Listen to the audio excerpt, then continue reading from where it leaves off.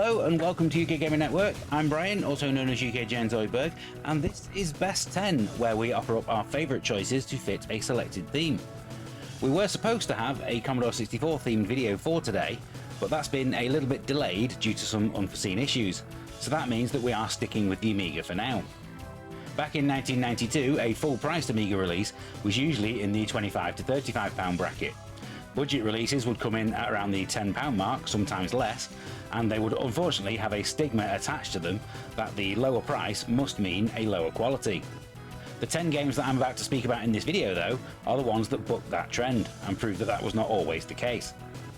Most big full-price releases did end up at a budget price eventually anyway, but those are not the games that we're going to talk about.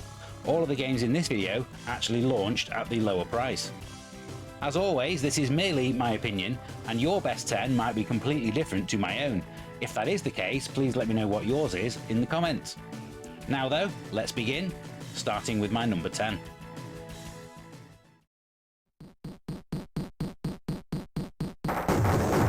No idea what being a stuntman has to do with this vertical scrolling shooter, but bad title aside, Sky High Stuntman is a top quality release from Codemasters. In fact, it's very nearly brilliant, with only a couple of baffling design decisions holding it back from giving the likes of Banshee and Swiv a run for their money. Firstly, all the graphics are very brown, with enemies and scenery blending into one a lot of the time. That's fine though, I grew up playing monochrome Spectrum games, so I'm used to that kind of thing. All it needed was to make the enemy bullets the same bright red as the explosions, and we would have had a fighting chance to avoid them. Secondly, it has the dreaded music or sound effects choice, and we all know how I feel about that.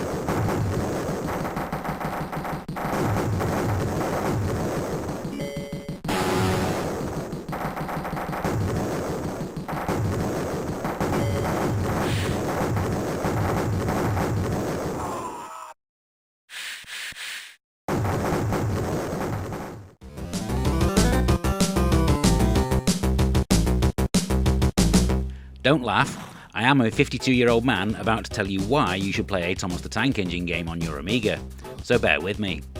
It's a simple but very enjoyable split-screen two-player racing game, where you select your character and try to beat your opponent to the end of the track. Hazards, other trains, and keeping an eye on your fuel gauge are all things that can hinder your speed, and there are bonus stages for extra points.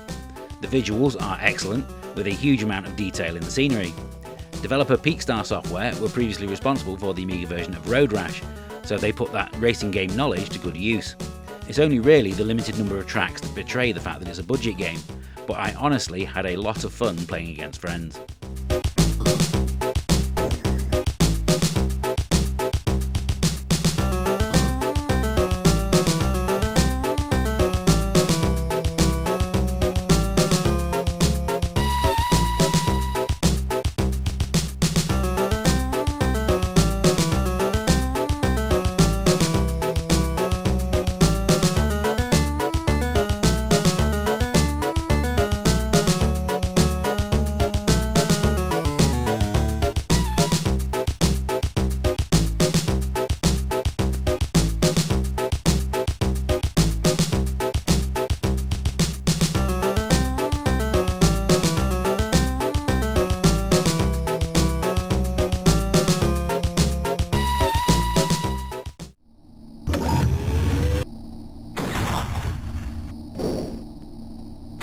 Call me cynical, but I'm assuming that this game was only called Galactic Warrior Rats so that it could feature some nicely drawn cartoon rodents on the box and title screen.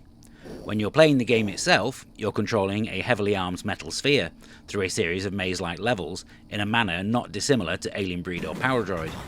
If you're expecting it to be as good as those games though, you're going to be disappointed. Instead, it's an enjoyable, low-price alternative, with good graphics and a decent selection of weapons to use.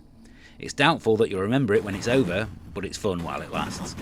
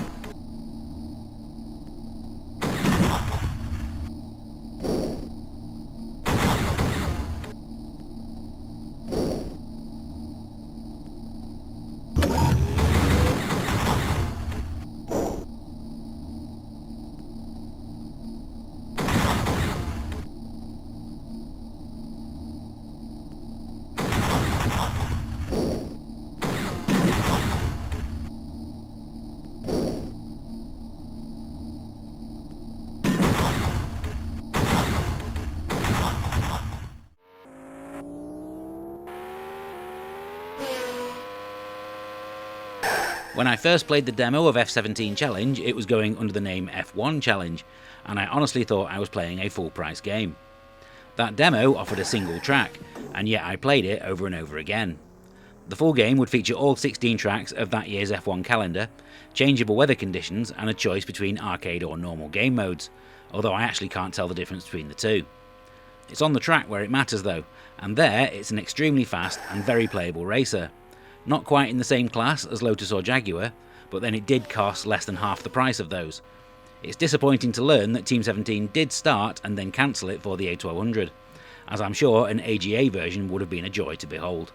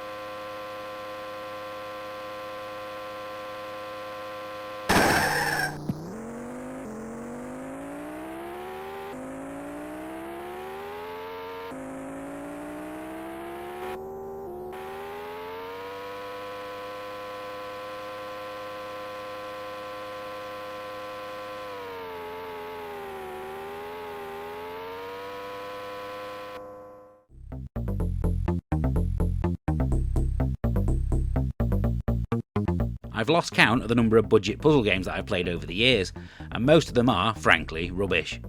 Insecta Hecti in the Interchange bucks that trend by being fast-paced, playable and very addictive. Like the best puzzle games, the basics are very simple. Rotate the pieces of the level to complete the maze. Only it's not as simple as it looks, thanks to the enemies that are patrolling the screen. The visuals are by the one and only Stu Cambridge, and are clear and easy on the eye without being spectacular. They also change for every level to keep things interesting. By dishing out level codes every few screens, it keeps you playing, and the high-speed gameplay is very enjoyable, forcing you to think on your feet.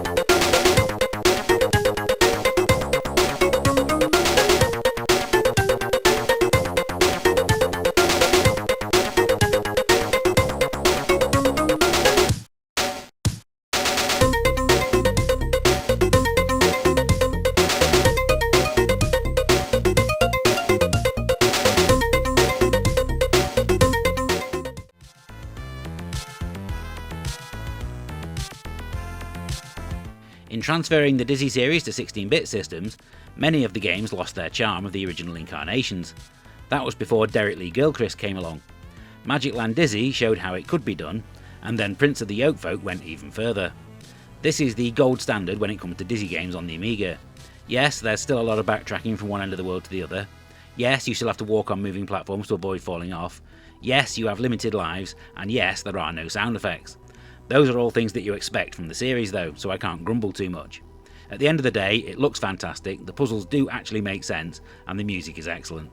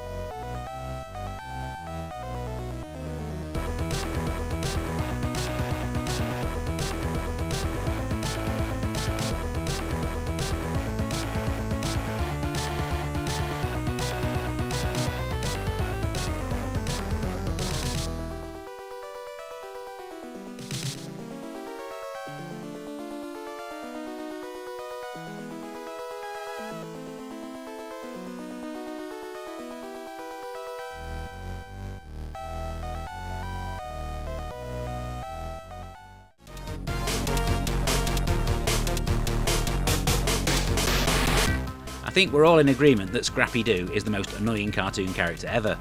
So why is a game where you play as him so much fun? Scooby-Doo and Scrappy-Doo comes from High-Tech Software, who produced numerous games based on Hanna-Barbera cartoons, and most of them were awful. That meant I had zero expectations for this when I first loaded it up. To say it puts many full-price platform games to shame would be an understatement. It's extremely playable, has fantastic colourful graphics, smooth parallax scrolling, and massive levels full of secrets to discover.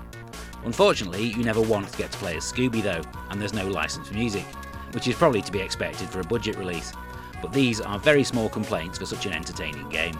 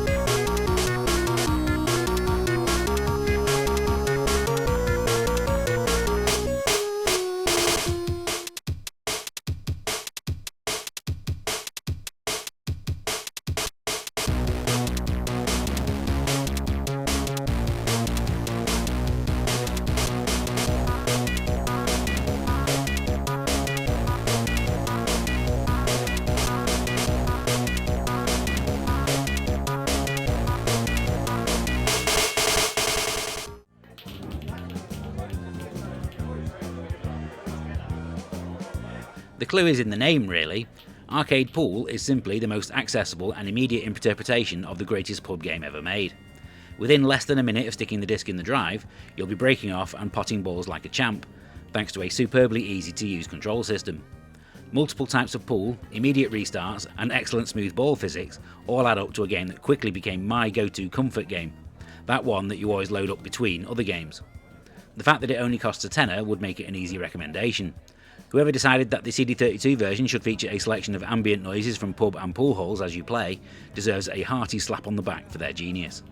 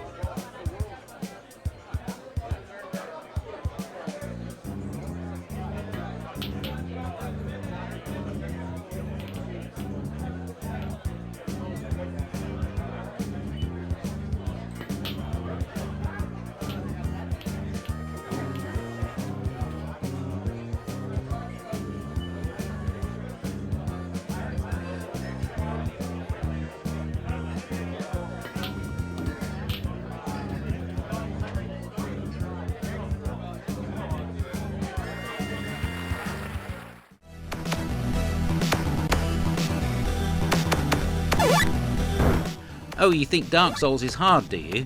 Then let me introduce you to Fly Harder from Starbite Software. This is basically a 16-bit update of Thrust, itself a great budget release that I bought on the Spectrum, where the challenge is to retrieve orbs and guide them safely back to the start of the level. Just getting used to the controls is difficult enough. Trust me, you'll want to play it with keyboard controls and not a joystick.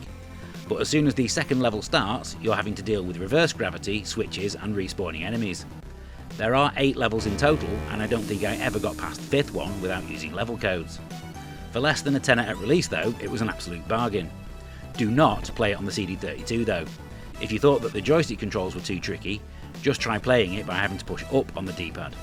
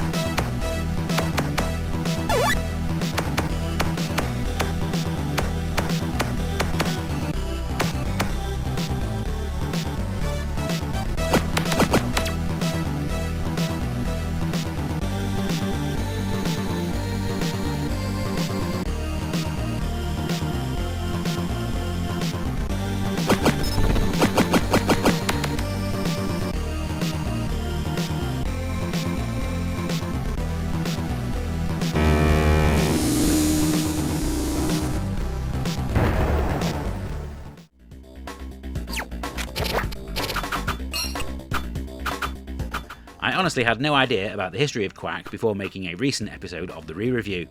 Turns out it's actually an enhanced version of a game that appeared years earlier on the BBC Micro. All I knew, and all I needed to know, was that it was a budget-priced single-screen platform game for 1 or 2 players, and one that's easily one of the most enjoyable of its kind on the Amiga, right up there with Bubble Bowl and Rodland. There are multiple ways that you can play, none of which are wrong, and almost impossible to fathom amount of secrets to discover, and the levels in each world appear in random order, so no 2 games feel the same. It's all accompanied by incredibly catchy music and jingles that will stick in your brain for days afterwards.